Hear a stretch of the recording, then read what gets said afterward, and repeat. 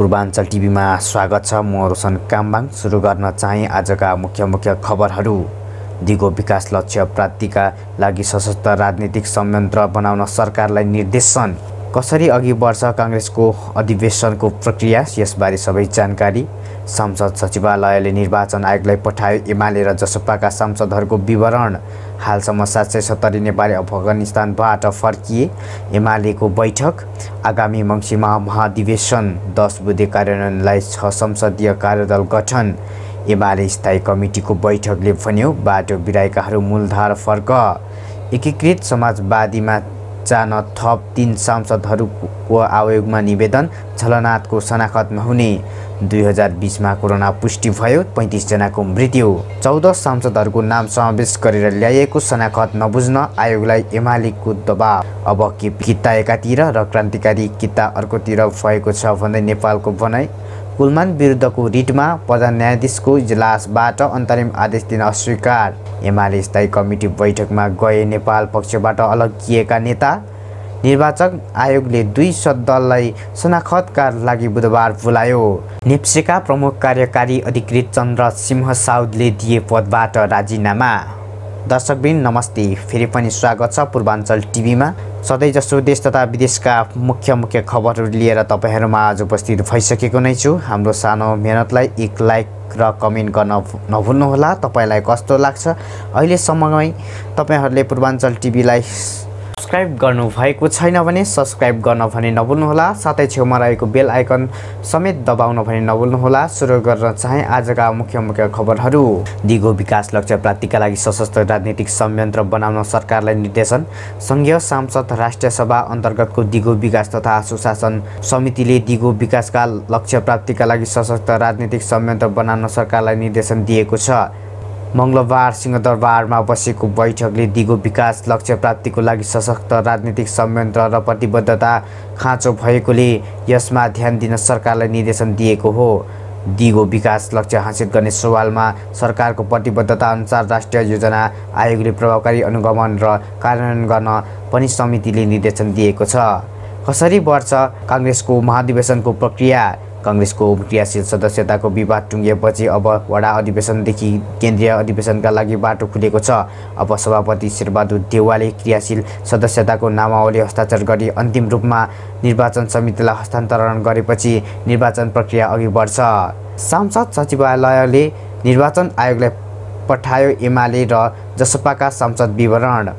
संघीय संसद सचिवालयले नेकपा एमाले र जनता समाजवादी पार्टीको दलीय विवरण निर्वाचन आयोगलाई पठाएको छ।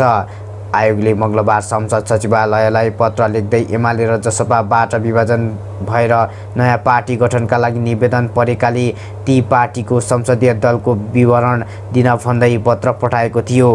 हालसम्म 770 नेपाली अफगानिस्तानबाट फर्किए। नेपालले विभिन्न मुलुकको सहयोगमा मङ्गलबार बेलुकीसम्म 770 नेपालीलाई अफगानिस्तानबाट उद्धार गरेर काठमाडौँ ल्याएको छ।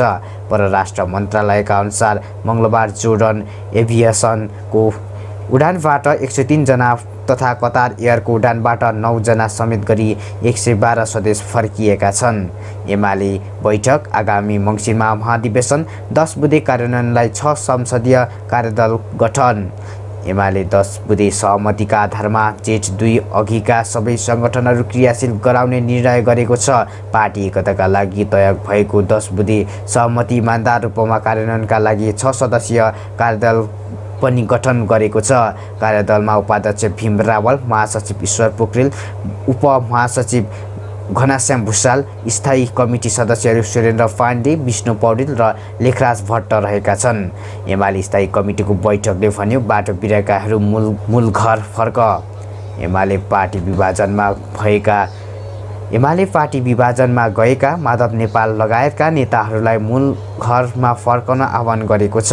मझधारमा रहेका नेताहरू समेत सम्मिलित स्थायी कमिटीको मङ्गलबारको बैठकले बुधबार पार्टी विभाजनका लागि औपचारिक रूपमा निर्वाचन आयोगमा शनाखत गर्नका लागि जाने तयारीमा रहेका नेताहरूलाई बाटोबाट फर्किन भनेको हो।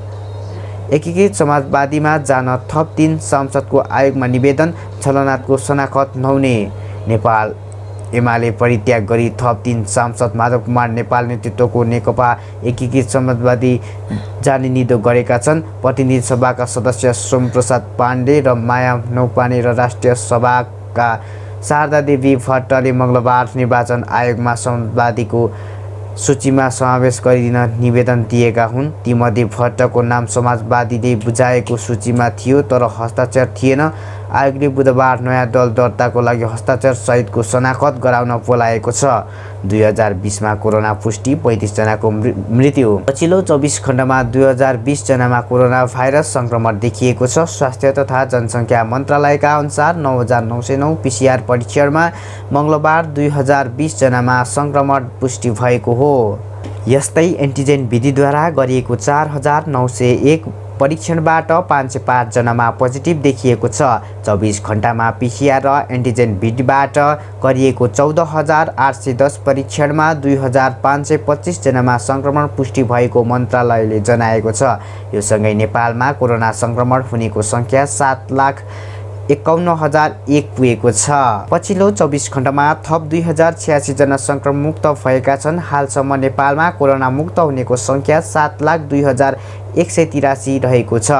नेपालमा कोरोना संक्रमणबाट थप 35 जनाको मृत्यु भएको छ। यो सँगै नेपालमा कोरोनाबाट मृत्यु हुनेको संख्या 10,568 पुगेको छ। 14 सांसदको नाम समावेश गरेर ल्याइएको शनाखत नबुझ्न आयोगलाई एमालेको दबाब। एमाले पार्टीको हिब्स उल्लङ्घन गरेका माधव नेपाल सहितका 14 जना सांसदको नाम समावेश गरेर ल्याइएको शनाखत नबुझ्न निर्वाचन आयोगलाई दबाब दिएको छ। अब केपीको किता एकातिर क्रान्तिकारी किता अर्कोतिर भएको छ भन्दै नेपालको भनाइ। प्रस्तावित नेकपा एकीकृत समाजवादीका अध्यक्ष माधव कुमार नेपालले एमाले अध्यक्ष केपी शर्मा ओलीले एमाले पार्टीमा ढोका बन्द गरिदिएपछि बाध्य भएर नयाँ पार्टी खोल्नु परेको उनले बताएका छन्। कुलमान विरुद्धको रिटमा प्रधान न्यायाधीशको इजलासबाट अन्तरिम आदेश दिन अस्वीकार। नेपाल विद्युत प्राधिकरणका कार्यकारी निर्देशकमा कुलमान घिसिङलाई नियुक्त गरेकोमा असन्तुष्ट पूर्व कार्यकारी निर्देशक हितेन्द्र देव साक्यले सर्वोच्च अदालतमा दायर गरेको रिट सुनवाई गर्दै प्रधान न्यायाधीश सुरेन्द्र शमशेर जबराले एकल इजलासले अन्तरिम आदेश दिन अस्वीकार गरेको छ। एमाले स्थायी कमिटी बैठकमा गए नेपाल पक्षबाट अलगिएका नेता।